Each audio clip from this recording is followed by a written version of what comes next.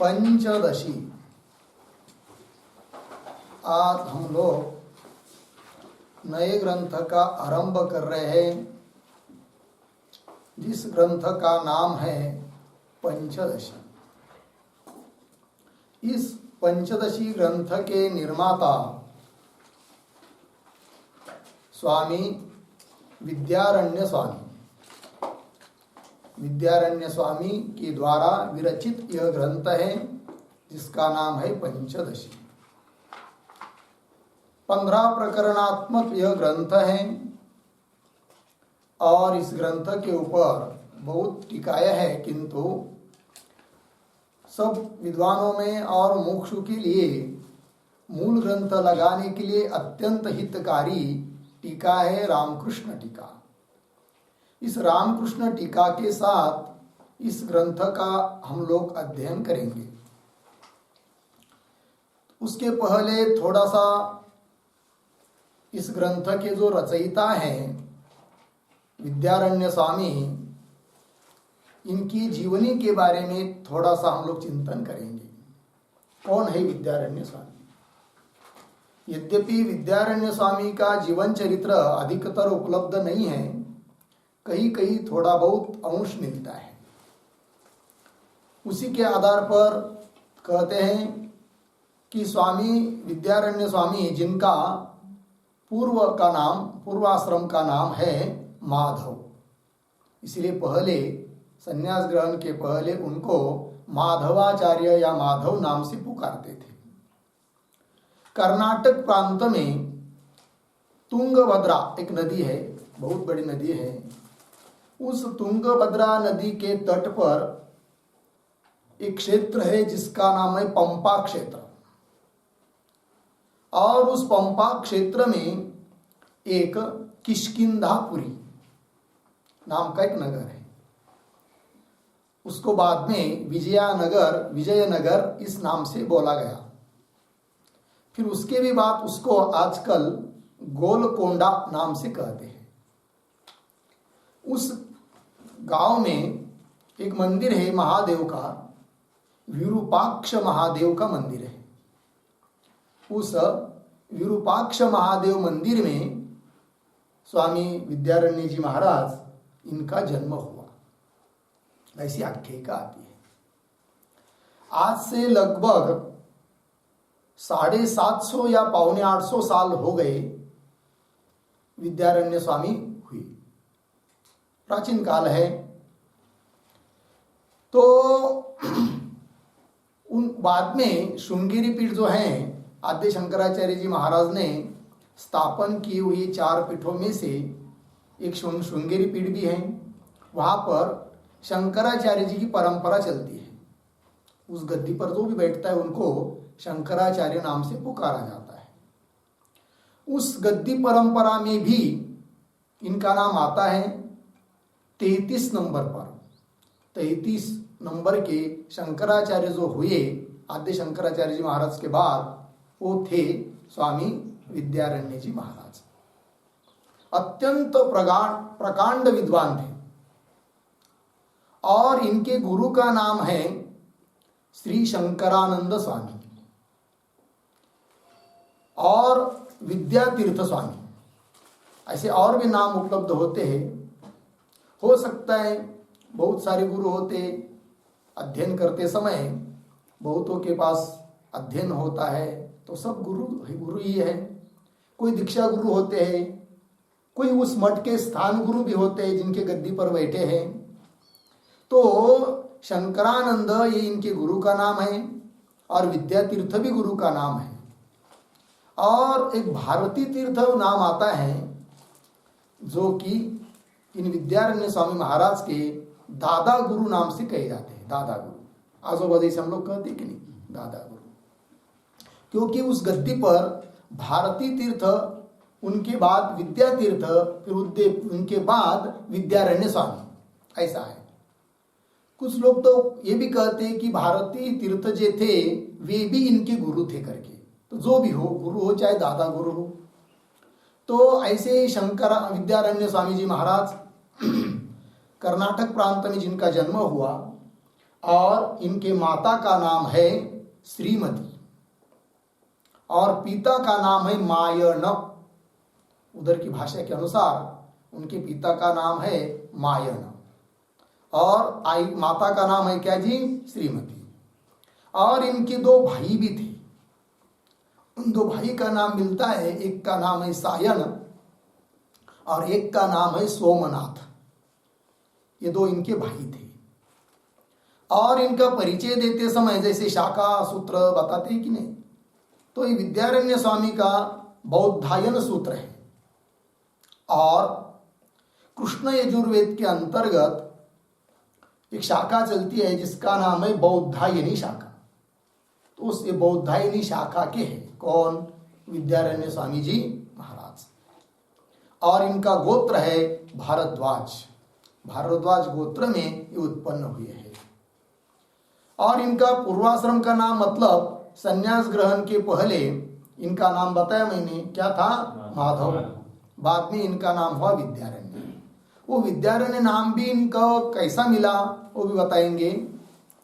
उसके पहले विद्यारण्य स्वामी भारत देश में जितने बड़े बड़े विद्वान हुए हैं उनमें इनके नाम की गिनती है। आदि शंकराचार्य जी महाराज, विद्यारण्य स्वामी, मधुसूदन सरस्वती आदि करके बहुत सारे विद्वान हुए हैं। उनमें इनकी गिनती इतनी विद्वान थी, बहुत ग्रंथ लिखे इन्होंने। हम लोगों के पास जिन ग्रंथों का नाम उपलब्ध है, इन्होंने बनाए हुए ग्रंथ, उनका कुछ नाम ऐसा है कि एक तो ग्रंथ उन्होंने बनाया माधवीय धातुवृत्ति, व्याकरण शास्त्र का ग्रंथ है। फिर जैमिनी न्यायमाला विस्तार मीमांसा का ग्रंथ है। और पाराशर माधव ये स्मृति ग्रंथ है। और काल माधव ये भी ग्रंथ उन्होंने बनाया है। फिर सर्वदर्शन संग्रह बहुत सुंदर ग्रंथ है। और शंकर दिग्विजय ये भी इन्होंने ग्रंथ बनाया। विवरण प्रमेय संग्रह वेदांत का अद्भुत ग्रंथ है, जैसे पंचदशी है। और उपनिषदों में बृहदारण्यक वार्तिक सार ये भी उन्होंने बनाया। फिर जीवन मुक्ति विवेक नाम का ग्रंथ, अनुभूति प्रकाश, अपरोक्षानुभूति, इसके ऊपर टीका विद्यारण्य स्वामी ने लिखी है। और ऐतरीय उपनिषद दीपिका करके टीका लिखी है। पुनः तैतरीय उपनिषद दीपिका, छांदोग्य उपनिषद दीपिका, उसके बाद ब्रह्म गीता, दृदृश्य विवेक, निदान माधव, काल माधव, शतप्रश्न कल्पलतिका, आचार माधव, ऐसे बहुत सारे ग्रंथ लिखे। और पंचदशी, बहुत सारे ग्रंथ काल के ओघ में उपलब्ध भी नहीं हो पा रहे हैं। और भी सब बहुत ग्रंथ है, उनके नाम भी हम लोगों को कुछ पता नहीं है। ऐसे ये प्रकांड विद्वान थे पंचदशी, और ये ग्रंथ इन्होंने बनाया। उनमें एक ग्रंथ है पंचदशी, जो हम लोग आज पढ़ने के लिए आरंभ करने वाले हैं। और ये पंचदशी ग्रंथ, इसके बारे में भी बताया जाता है कि इसके 15 प्रकरण हैं।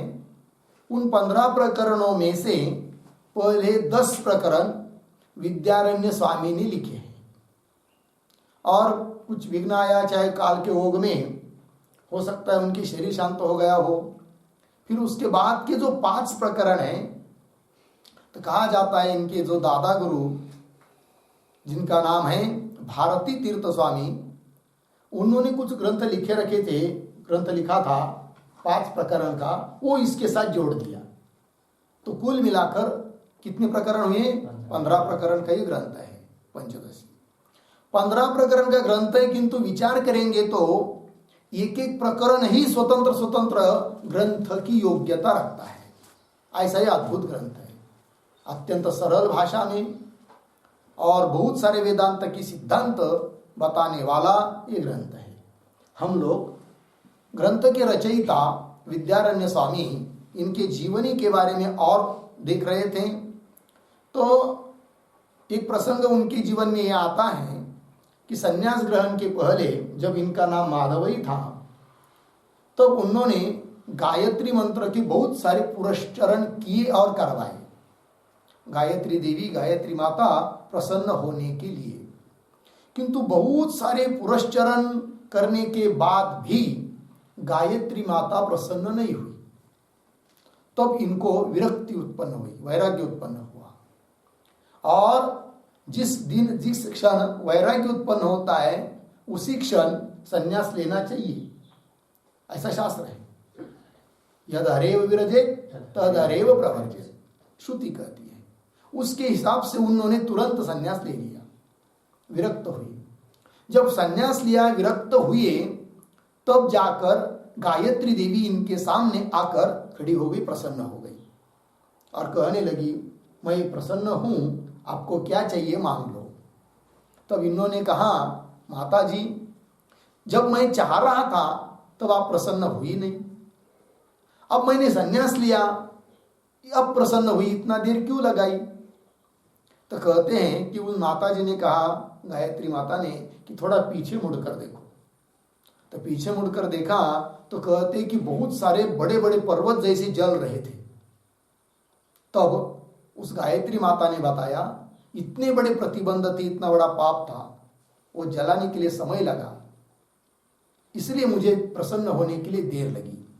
जो भी कुछ हो, आज तो मैं प्रसन्न हूं, जो चाहे मांग लो। किंतु विद्यारण्य स्वामी कहने लगे अब मुझे कुछ भी नहीं चाहिए, आप वापस जा सकती है। किंतु उस गायत्री माता ने बहुत हट्ट किया, आग्रह किया कि नहीं नहीं, आपको तो कुछ मांगना ही पड़ेगा, मैं आपके ऊपर प्रसन्न हूं, आपने बहुत सारे पुरस्चरण किए हैं, आप में योग्यता बहुत सारी है। तब इतना आग्रह होने के बाद विद्यारण्य स्वामी ने विचार किया मुझे तो कुछ चाहिए नहीं, किंतु माता जी मान नहीं रही है, तो मांग लेंगे। तो उन्होंने कहा ये जो कर्नाटक प्रांत है, इस सभी प्रांत के ऊपर सुवर्ण मुद्रा की वर्षा हो जाए, ऐसा कहा। गायत्री माता कही ठीक है, वर्षा हो जाएगी, कब करनी बताओ। तो ठीक है, मैं बताऊंगा। तो फिर विद्यारण्य स्वामी उस राजे के पास चले गए, उस देश का जो उस समय राजा था, और राजा को कहा कि ऐसी ऐसी मुद्रा की वृष्टि होने वाली है, इसके बारे में आपका क्या निर्णय रहेगा। तो राजा ने कहा देखो भाई, इतना अच्छा काम हो रहा है तो कोई बात नहीं, लोगों के लिए आप कर रहे हो, लेकिन इसके लिए ऐसा करेंगे कि लोगों के घर के ऊपर और 1.25 हाथ घर के अगल बगल जो भी कुछ मुद्राएं गिरेगी वो उन लोगों की होगी, जिसका घर है उसकी हो जाएगी। किंतु अन्य जगह पर जो मुद्रा गिरेगी, है कि नहीं, सुवर्ण मुद्रा रास्ते पर इधर उधर देश में कहीं पर भी, तो वो राजा की हो जाएगी। तो बोले कोई बात नहीं, ऐसा निर्णय हुआ। फिर प्रार्थना की विद्यारण्य स्वामी जी ने उस गायत्री माता को, तब 1.25 प्रहर तक सुवर्ण मुद्रा की वृष्टि होती रही, ऐसा कहते हैं। बहुत मुद्राएं हुई। आजकल आज भी कर्नाटक में जाएंगे तो परंपरा से लोग बताते कि प्राचीन काल में ऐसा हुआ था करके, बात प्रसिद्ध है। तो मुद्राएं बहुत गिरी, लोग भी खुश हो गए।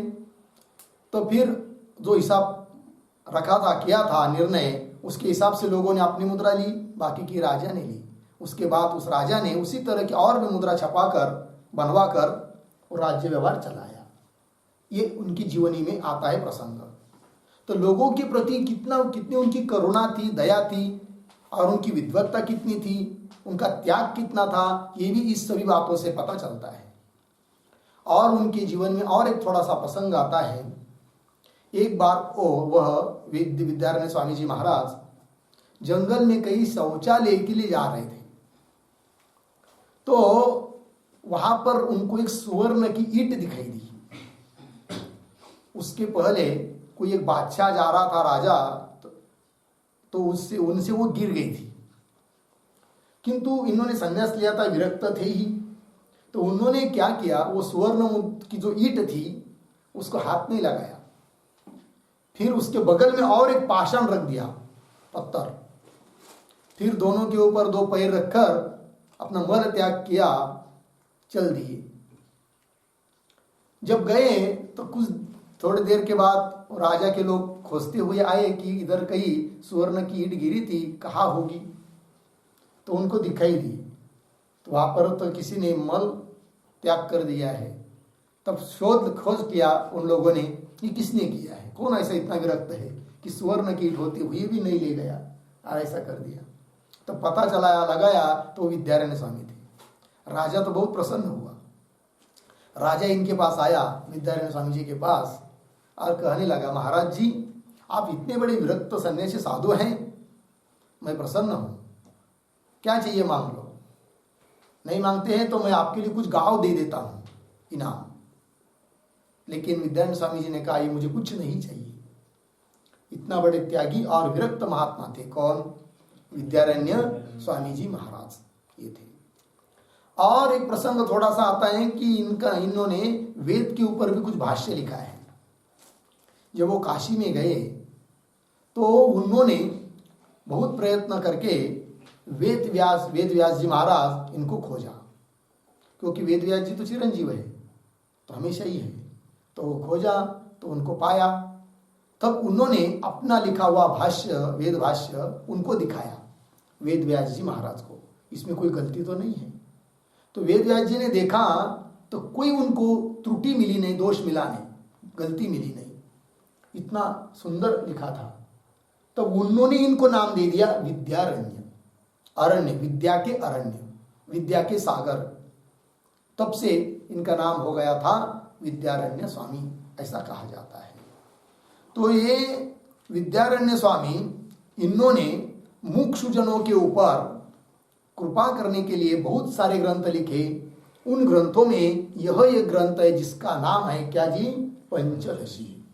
ठीक है ना? अत्यंत सरल भाषा में है कि नहीं, और संक्षिप्त रूप से, अत्यंत सरलता से और अत्यंत युक्तियों से युक्त यह ग्रंथ लिखा है कि नहीं? तो मुमुक्षुजनों के ऊपर इनका बहुत उपकार है कि नहीं? ऐसा अद्भुत ग्रंथ इन्होंने हम लोगों को दिया, पंचदशी नाम का। और इसके ऊपर रामकृष्ण टीका, रामकृष्ण नाम के कोई पंडित हुए जो कि विद्यारण्य स्वामी और भारती तीर्थ जी महाराज इनके अत्यंत श्रद्धालु शिष्य थे। उन्होंने इस टीका को लिखा है, पंचदशी ग्रंथ के ऊपर टीका लिखी, जिनका नाम है रामकृष्ण टीका। उस टीका के साथ हम लोग पढ़ेंगे। मूल ग्रंथों को समझने के लिए इस टीका का अत्यंत उपयोग है। ठीक है जी? तो चलिए थोड़े शब्दों में विद्यारण्य स्वामी के बारे में जितनी माहिती उपलब्ध हो सकी उतना हम लोगों ने यहाँ पर चिंतन करने का प्रयास किया। अब इनका जो ग्रंथ है, तो उस ग्रंथ के में पहले प्रकरण में जो पहला श्लोक, उसका उच्चारण करेंगे। ठीक है? नमः श्री शंकरानंद,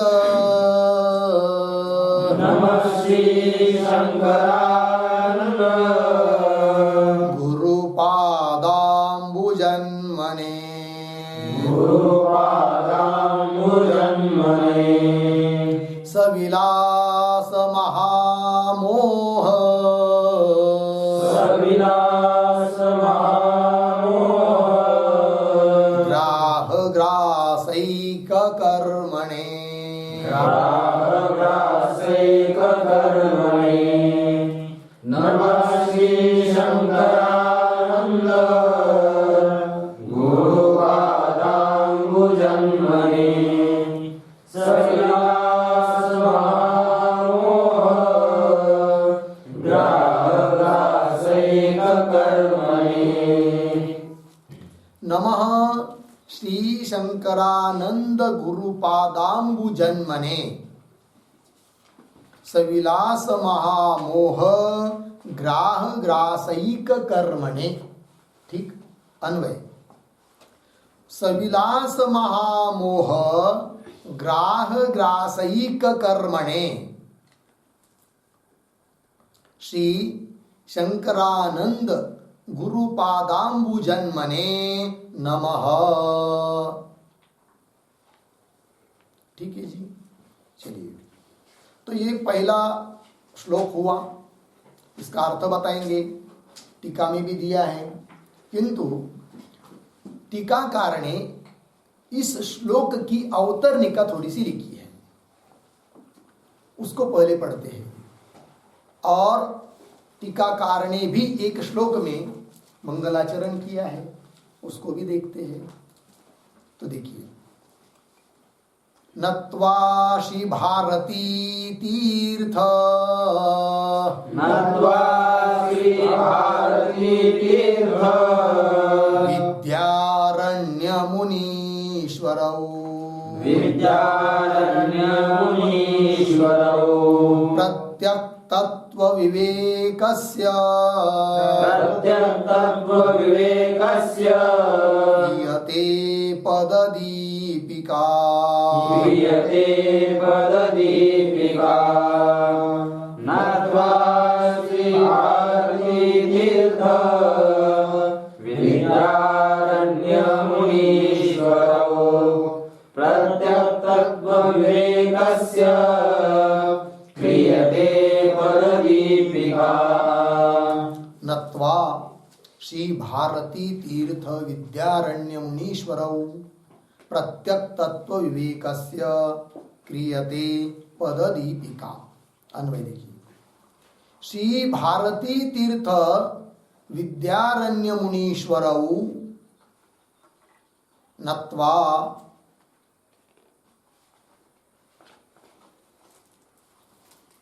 नीचे प्रत्यक तत्व विवेकस्य पददीपिका क्रियते। ठीक है जी, पददीपिका क्रियते। अर्थ देखिए, तो टीकाकार जो रामकृष्ण पंडित है वे भारती तीर्थ महाराज जो कि विद्यारण्य स्वामी के गुरु अथवा दादा गुरु हैं, और विद्यारण्य मुनि इस ग्रंथ के रचयिता, इन दोनों को नमस्कार कर रहे हैं। क्या?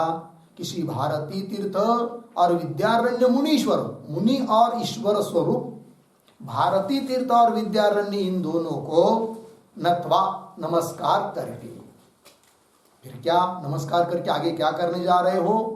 तो बता रहे प्रत्यक तत्व विवेकस्य पददीपिका क्रियते।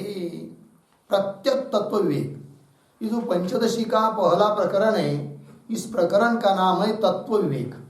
क्या नाम है जी? तत्व विवेक प्रकरण है। तत्व मतलब कौन सा तत्व? तो और इन्होंने जोड़ दिया एक शब्द, प्रत्यक तत्व। प्रत्यक कहते आत्मा को, तो आत्म तत्व का विवेक करने वाला, अनात्माओं से पृथक करके दिखाने वाला है कि नहीं, यह प्रकरणात्मक, पहला प्रकरणात्मक ग्रंथ ही है। तो प्रत्यक तत्व विवेक रूप जो पहला प्रकरण, उसकी पददीपिका क्रियते। पददीपिका, दीपिका मतलब दीपन कराने वाली, प्रकाशन कराने वाली, पदों का प्रकाशन कराने वाली टीका, जिनका नाम है पददीपिका, क्रियते, की जा रही है मेरे से। कौन बोल रहे हैं?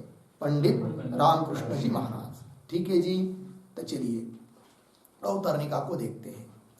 प्रारिप्सितस्य ग्रंथस्य अविघ्नेन परिसमाप्ति प्रचय गमनाभ्याम शिष्टाचार परिप्राप्तम इष्ट देवता गुरु नमस्कार लक्षणम मंगलाचरणम स्वेन अनुष्ठितम शिष्य शिक्षार्थम श्लोकेन उपनिबध्नाति।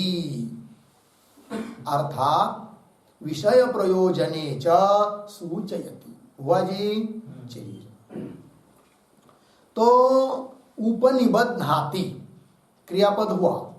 ठीक है जी, उपनिबध्नाति का मतलब है लिख रहे हैं। तो उपनिबध्नाति इस क्रियापद का कर्ता कौन है जी? हाँ, विद्यारण्य स्वामी, पंचदशी ग्रंथ के कर्ता। हम लोगों को टीकाकार बता रहे हैं कि ग्रंथ के कर्ता विद्यारण्य स्वामी उपनिबध्नाति श्लोक के द्वारा लिख रहे हैं। क्या लिख रहे हैं, क्यों लिख रहे हैं, सब बातों को बता रहे हैं। देखिए, तो प्रारिप्सित, बीच में आया है, देखिए, मंगलाचरणम शब्द मिला, मंगलाचरणम स्वेन अनुष्ठितम श्लोकेन उपनिबध्नाति। ठीक है, मंगलाचरण स्वयं ने अनुष्ठान किया, उन्होंने, विद्यारण्य स्वामी ने, और स्वयं के द्वारा अनुष्ठान किया हुआ जो मंगलाचरण, उसको श्लोक के द्वारा लिख रहे हैं। कौन? विद्यारण्य स्वामी।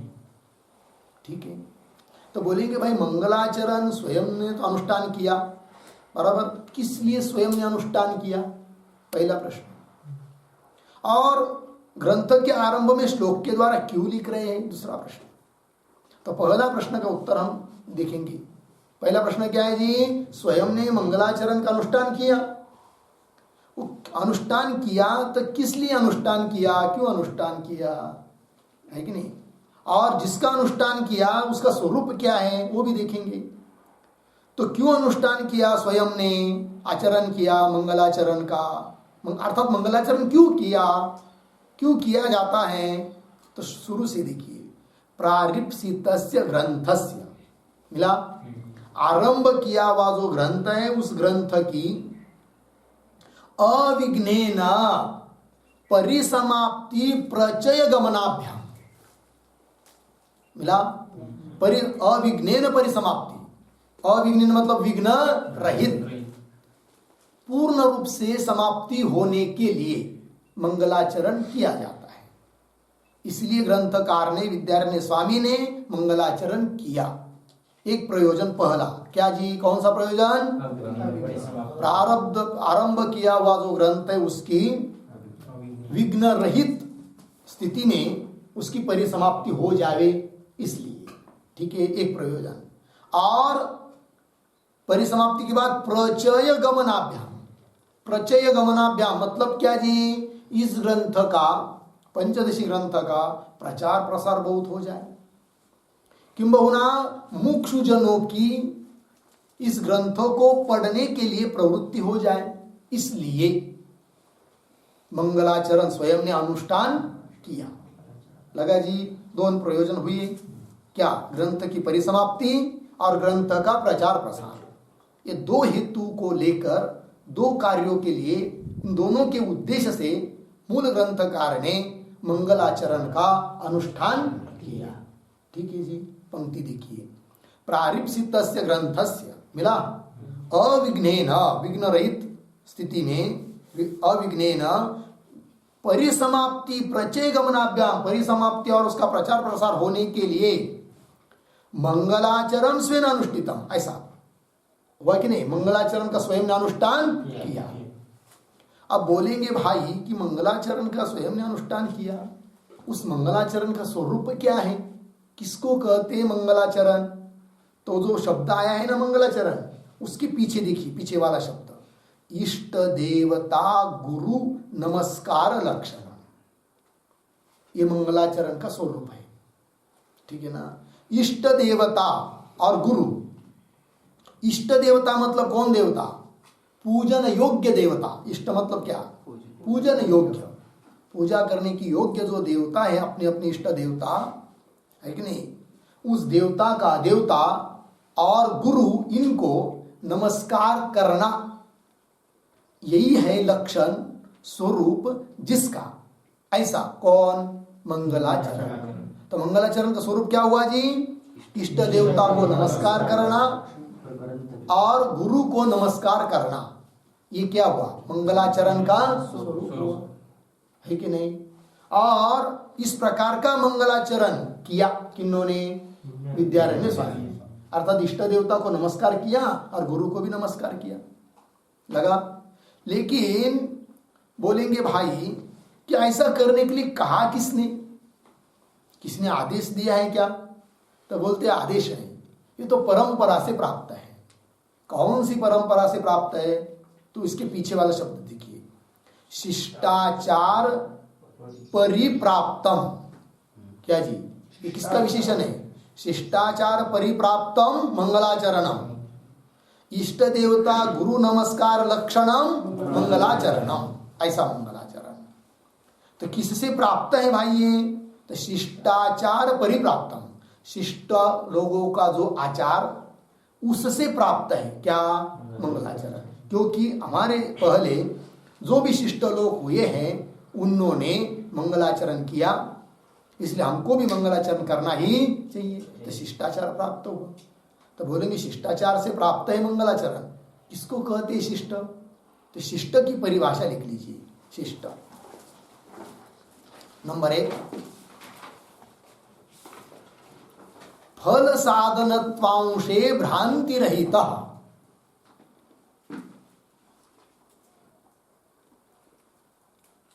फल साधनत्वांशे,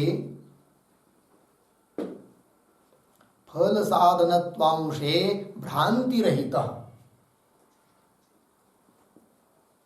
इसको बोलते शिष्ट। पहली परिभाषा, इसका अर्थ बता देता हूं। एक होता है फल और एक होता है उसका साधन। ठीक, कार्य कारण। अमुक फल के लिए अमुक ही साधन है, इसके बारे में जिसको भ्रांति नहीं है उसको कहते हैं क्या? शिष्ट। समझ में आया जी? एक परिभाषा। और एक लिखिए दूसरी, वेद प्रामाण्य अभ्युपगंतृत्वे सति वेद प्रामाण्य अभ्युपगंतृत्वे सति, वेद प्रामाण्य अभ्युपगंतृत्वे सति वेद निषिद्ध अकर्ता, वेद निषिद्धा कर्ता,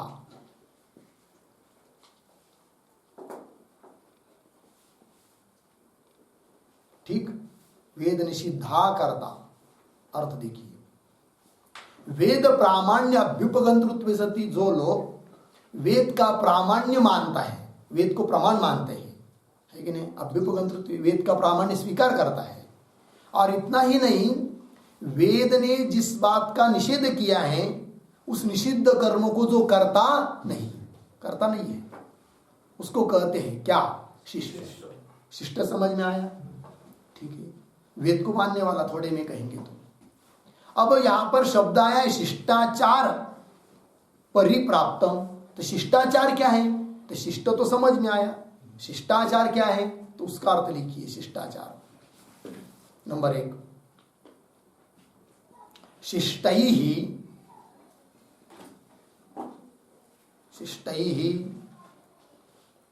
धर्म बुद्ध्या अनुष्ठीयमानः,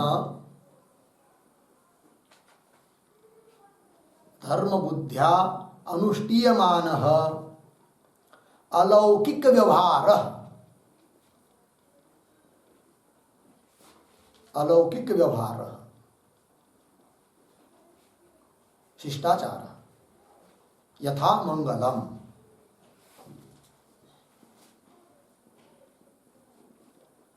ठीक है, अर्थ देखिए। तो शिष्ट तो पता चला।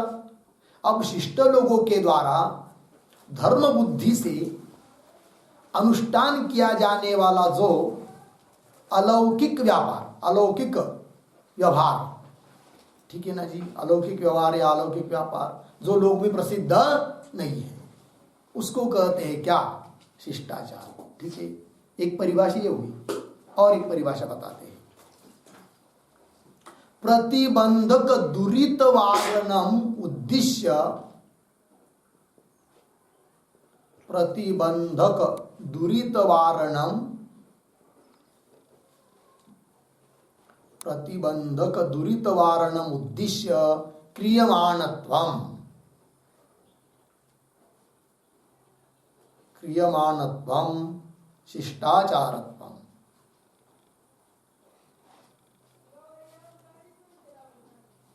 ठीक है जी, चलिए भाई। प्रतिबंधक जो दुरित है पाप, उसके वारण के उद्देश्य से जो किया जाता है उसको बोलते हैं क्या? शिष्टाचार। उदाहरण मंगल, है कि नहीं? तो प्रतिबंधक बंधक, प्रतिबंधक भूत जो पाप है उसके वारण करने के लिए किया जाने वाला जो है उसको कहते हैं शिष्टाचार। तो यहाँ पर शिष्टाचार से प्राप्त है कौन? मंगलाचरण। हुआ जी, अर्थ देखिए। अब पुस्तक देखिए, पुस्तक में तो शिष्टाचार परिप्राप्तम मिला, इष्ट देवता गुरु नमस्कार लक्षणम, ये मंगलाचरण का क्या हुआ? स्वरूप हुआ, है कि नहीं? लक्षणम मंगलाचरणम स्वेन अनुष्ठितम, इतना हुआ। अब प्रश्न आता है कि भाई स्वयं ने, आपने तो मंगलाचरण का अनुष्ठान किया, किस लिए?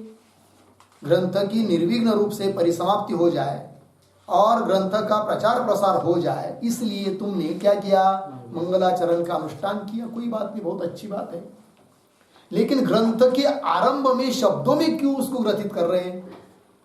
ये प्रश्न आता है, तो उसका उत्तर दे रहे। देखिए, समझ लीजिए उसको शब्दों में ग्रथित नहीं करेंगे, श्लोक में मंत्र में नहीं लिखेंगे, पंक्ति नहीं लिखेंगे कि ऐसा ऐसा मैंने किया करके, तो आगे आने वाली जो पीढ़ियां हैं उन लोगों को क्या पता कि हमारे पूर्वज इस ग्रंथ के रचयिता उन्होंने भी मंगलाचरण किया था करके? तो पता नहीं चलेगा।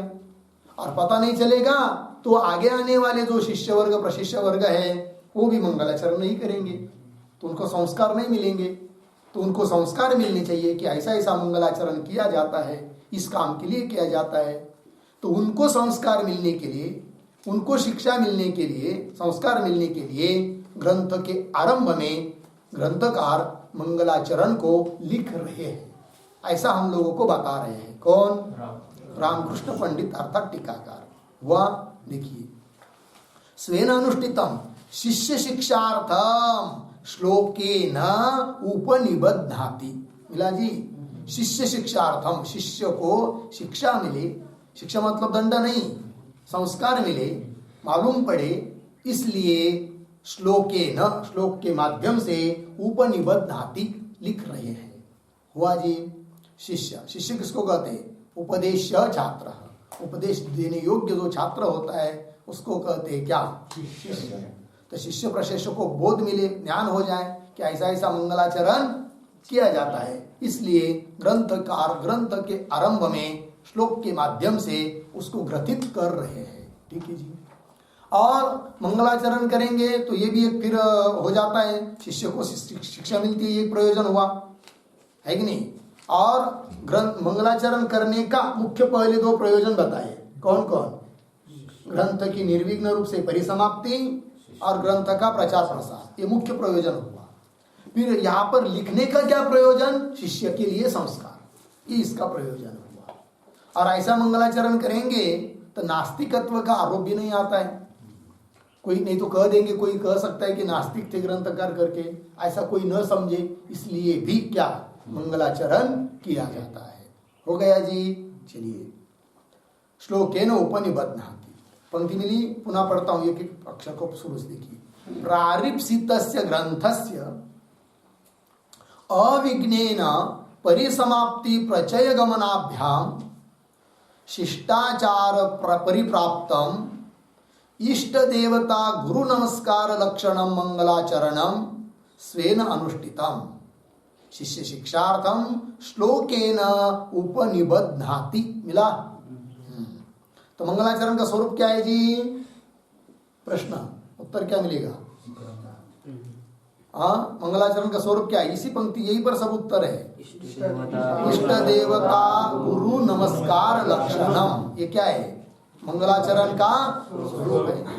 ठीक है। मंगलाचरण का प्रयोजन क्या है जी? हाँ, प्रारिप्सितस्य ग्रंथस्य अविघ्नेन परिसमाप्ति और प्रचय गमन, है कि नहीं? ये क्या है? इसका प्रयोजन है। ठीक है ना जी। चलिए, इतना बात लगी, आगे चलते हैं। अब कर और अर्थात विषय प्रयोजने च सूचयति। टीकाकार बता रहे हैं कि मूल ग्रंथकार आप लोगों को पहले श्लोक के माध्यम से मंगलाचरण करते हुए इस ग्रंथ का विषय क्या है और इस ग्रंथ का प्रयोजन क्या है, इस बात को भी द्योतित कर रहे हैं, सूचित कर रहे हैं, प्रतिपादन कर रहे हैं, अर्थात प्रतिपादन कर रहे हैं, साक्षात नहीं। समझ में आया जी? किस बात का? विषय और प्रयोजन। तो बोलेंगे विषय प्रयोजन बताने की क्या जरूरत है भाई, है कि नहीं? तो कहा जाता है, तो विषय प्रयोजन का मतलब है अनुबंध चतुष्टय। चतुष्टय का मतलब होता है चार। कौन कौन? अधिकारी, विषय, प्रयोजन और संबंध। और हर एक ग्रंथ की एक प्रक्रिया, रीति चलती आई है कि पहले शुरू में ही मंगलाचरण करते हुए अनुबंध चतुष्टय बताना पड़ता है, तभी तो ग्रंथ में लोगों की क्या होती है? प्रवृत्ति होती है। क्योंकि एक नियम है, कहीं पर भी व्यवहार में भी अनुबंध चतुष्टय जब तक समझ में नहीं आते हैं तब तक किसी भी कार्य में किसी भी व्यक्ति की प्रवृत्ति होती नहीं है कि नहीं? तो अनुबंध चतुष्टय, चतुष्टय का मतलब चार। कौन कौन? अधिकारी, विषय, प्रयोजन और संबंध। चार बात पता होनी चाहिए। इसको चारों को मिलकर कहते क्या? अनुबंध चतुष्टय। अनुबंध किसको कहते हैं? तो लिखिए अनुबंध की व्याख्या। ग्रंथ प्रवृत्ति प्रयोजक, ग्रंथ प्रवृत्ति प्रयोजक ज्ञान विषय, ग्रंथ प्रवृत्ति प्रयोजक ज्ञान विषय, ये हुआ अनुबंध। मतलब ग्रंथ में जो प्रवृत्ति, उस प्रवृत्ति का प्रयोजक, प्रवृत्ति को कराने वाला जो ज्ञान, उस ज्ञान का जो विषय, उसको कहते हैं क्या? अनुबंध। और वो कितने हैं? चार। कौन कौन? अधिकारी, विषय, प्रयोजन, संबंध। जब तक इसका ज्ञान नहीं होता है, किसका? इन चार बातों का, अधिकारी, विषय, प्रयोजन और संबंध, तब तक ग्रंथाध्ययन में प्रवृत्ति नहीं होती है। तो ग्रंथ अध्ययन के लिए प्रवृत्ति का प्रयोजक कौन हुआ? ज्ञान।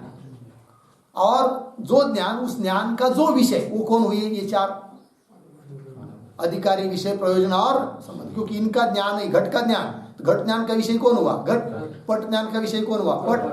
तथा अनुबंध, लेकिन ये चार हुए, और इनका ज्ञान रहने पर ही ग्रंथ में प्रवृत्ति होती है। ऐसा जो ये ज्ञान, इस ज्ञान का जो विषय, उसको कहते हैं अनुबंध। और वो कितने हुई? चार। व्यवहार में भी ऐसा ही। व्यवहार से एक दृष्टांत देकर थोड़ा समझाएंगे कि अनुबंध चतुष्टय समझ में आए बिना प्रवृत्ति कैसी नहीं होती है करके। कल्पना कीजिए किसी भी कार्य की, समझ लीजिए कहीं पर भोजन की पंगत चल रही है, ठीक है। अब भोजन की पंगत देखते ही कोई भी वहां पर भोजन के लिए जाएगा क्या? नहीं जाता है। स्वाभिमानी लोग होते हैं, कोई भी कैसा जाएगा? कौन जाएगा फिर? नहीं, कौन जाएगा? जिसको आमंत्रण होगा, है कि नहीं? अर्थात आमंत्रण जिसको रहेगा वो उसका क्या है? अधिकारी, है कि नहीं? वही जाएगा, वो समझेगा कि मेरा इसमें अधिकार है कि नहीं? अधिकारी चाहिए। समझ लीजिए भोजन पंगत चल रही है, थोड़ा सा दूर से रास्ता जा रहा है और रास्ते में से कोई व्यक्ति जा रहा है, मनुष्य जा रहा है, उनको आमंत्रण नहीं है, किंतु भूख लगी है, चाहता है कि क्षुधा की निवृत्ति मेरी हो जाए, कोई बुलाएगा तो अच्छा होगा, लेकिन स्वाभिमानी होने के कारण आ नहीं रहा है स्वयं होकर, ठीक है ना जी। तो यहां पर प्रयोजन है उसके लिए, जाएगा खाएगा तो भोजन क्या होगा? क्षुधा की निवृत्ति होगी, किंतु प्रयोजन होने पर भी अधिकारी नहीं है, क्योंकि बुलाया नहीं, इसलिए नहीं आएगा, प्रवृत्ति उसकी नहीं होगी, है कि नहीं। तो यदि भी बात की कमी रहेगी तो प्रवृत्ति नहीं होगी। प्रयोजन है, विषय भी है, भोजन बहुत अच्छा है कि नहीं, विषय अच्छा है, प्रयोजन भी है, किंतु अधिकारी नहीं, प्रवृत्ति होगी नहीं। अब समझ लीजिए जा रहा है कोई व्यक्ति और उसको देखा, उस पंगत के मालिक ने आवाज दे दिया, ओ महाराज जी, या कोई भी जो व्यक्ति होगा अतिथि, आओ आओ इधर आओ, भोजन करके जाओ करके, है कि नहीं। तब उसको बोला बहुत अच्छा हुआ भाई, भूख तो लगी ही थी, चलते चलते चलते तो आप बुलाया, इसका मतलब आमंत्रण है, तो अधिकारी है, क्षुधा की निवृत्ति उसको करनी है, मतलब प्रयोजन भी है कि नहीं। आया, पास में आया, किंतु जब पास में आया तो उन्होंने मना कर दिया, मैं नहीं खा सकता हूँ। बोलेंगे क्यों? क्योंकि इसीलिए नहीं खा सकता हूँ कि आप लोगों का जो भोजन है वो फोटो वीटो रखा हुआ है, लग रहा है कि श्राद्ध का भोजन है और मैं श्राद्ध का खाता नहीं हूँ। अब देखिए अधिकारी है, प्रयोजन भी है, किंतु विषय उसके लिए उचित नहीं है, इसलिए वो भोजन में प्रवृत्त नहीं होगा। अधिकारी चाहिए, प्रयोजन चाहिए और विषय भी चाहिए, ठीक है ना। तब वो क्या होगा? प्रवृत्त होगा। आप समझ लीजिए दूसरा कोई व्यक्ति जा रहा है, उसको भी बुलाया, भाई भोजन के लिए आओ करके, आया, ठीक है ना, और आया, आमंत्रण दिया तो आया, बुलाया तो अधिकारी तो है, और विषय अच्छा उसके प्यार, उसको जो अच्छा भोजन चाहिए, जो भोजन उसको लिए चाहिए वो है, वो ये नहीं चाहता कि श्राद्ध फिर तो जो भी हो हमको कुछ नहीं चाहिए, बस भोजन करना है कि नहीं। तो विषय भी उसके लिए योग्य है, बट्टे का भोजन, बट्टे बनाओ ले दाल बट्टी, दाल बाटी, और उसके लिए बहुत प्यारी है, तो विषय भी है, किंतु वो नहीं खा रहा है। अब बैठो ना, छोड़ दो यार, नहीं खाऊंगा। क्यों? अच्छा नहीं लग रहा है कि आपको? सब कुछ अच्छा है, लेकिन क्यों नहीं खा रहे? हमने आपको प्रेम से बुलाया, खाओ कि? खा जाता, मैं बहुत खाता, लेकिन क्या करूं, अभी 10 मिनट हुए, मेरे मित्र के यहाँ से मैं बहुत पेट भर भर के खा के, बहुत उन्होंने आग्रह कर करके खिलाया, अब इतनी भी जगह नहीं है मेरे पेट में, तो कैसा खाऊं? अब देखिए अधिकारी है कि नहीं, विषय भी है, लेकिन प्रयोजन नहीं है ना, इसलिए प्रवृत्त नहीं होगा। तो प्रवृत्ति होने के लिए क्या क्या चाहिए? अधिकारी चाहिए, विषय चाहिए और प्रयोजन भी चाहिए। भूखा रहने पर भी, और भोजन भी अच्छा है, लेकिन बुलाया ही नहीं, अधिकारी नहीं है, तो भी प्रवृत्त नहीं हो पाएगा प्रवृत्ति। तो हुआ कि नहीं, अधिकारी, विषय, प्रयोजन, और ये तीन जब जुड़ जाते हैं तो संबंध आपसे आप जुड़ जाता है। है कि नहीं? समझ लीजिए खाने लग गया तो खाद्य खादक भाव, खाद्य हुआ भोजन पदार्थ, अरे खादक खाने वाला, तो खाद्य खादक भाव संबंध जुड़ गया, है कि नहीं? या ग्राह्य ग्राहक भाव, ग्राह्य हुआ भोजन, ग्राहक हुआ ये खाने वाला, संबंध भी जुड़ जाता है। व्यवहार समझ में आया, उदाहरण समझ में आया ना? उस प्रकार इस ग्रंथ का अध्ययन हमको करना है, किंतु इस ग्रंथ का अधिकारी हम है या नहीं, इसको भी जानना पड़ेगा। फिर इस ग्रंथ में क्या बताया है, विषय क्या है, वो हमारे लिए उचित है या नहीं, तो वो भी समझना पड़ेगा। और उस ग्रंथों को पढ़ेंगे तो इसका फल क्या, प्रयोजन क्या है, ये भी पता होना चाहिए। और ये तीन बात जब आ जाएगी तो संबंध आ जाएगा। तो इसका मतलब अधिकारी, विषय, प्रयोजन और संबंध, इनका ज्ञान कहीं पर भी प्रवृत्ति के लिए आवश्यक है। इसलिए ग्रंथकार की एक शैली रही है कि शुरू में ही मंगलाचरण करते हुए क्या बताते, वो अनुबंध चतुष्टय, जिससे कि क्या हो जाता है, उनको ज्ञान हो जाता है कि हम इसमें योग्य है, हमारा विषय है, प्रयोजन है, तब उसके ग्रंथ में। इसलिए टीकाकार कह रहे कि अर्थात विषय प्रयोजने च सूचयति, मतलब ग्रंथकार, मूल ग्रंथकार विद्यारण्य स्वामी पहले श्लोक में, पहले और दूसरे श्लोक में मंगलाचरण करते हुए, तो उन दो श्लोक में भी, पहले श्लोक में मंगलाचरण करते हुए अनुबंध चतुष्टय में से विषय और प्रयोजन को भी बता रहे हैं। ठीक है, फिर अधिकारी कौन, अधिकारी को बताएंगे आगे दूसरे श्लोक में। ठीक है जी, ये बात हुई। तो कैसा कैसा किस किस शब्द में मंगलाचरण हुआ है, कैसा विषय यहाँ पर बताया है, प्रयोजन कैसा बताया है, इन सभी बातों का विचार हम लोग करेंगे, किंतु इसका विचार हम लोग कल करेंगे। ठीक है जी, चलिए। ओम पूर्णमदः पूर्णमिदं पूर्णात् पूर्णमुदच्यते पूर्णस्य पूर्णमादाय पूर्णमेवावशिष्यते। ओम शांति शांति शांति।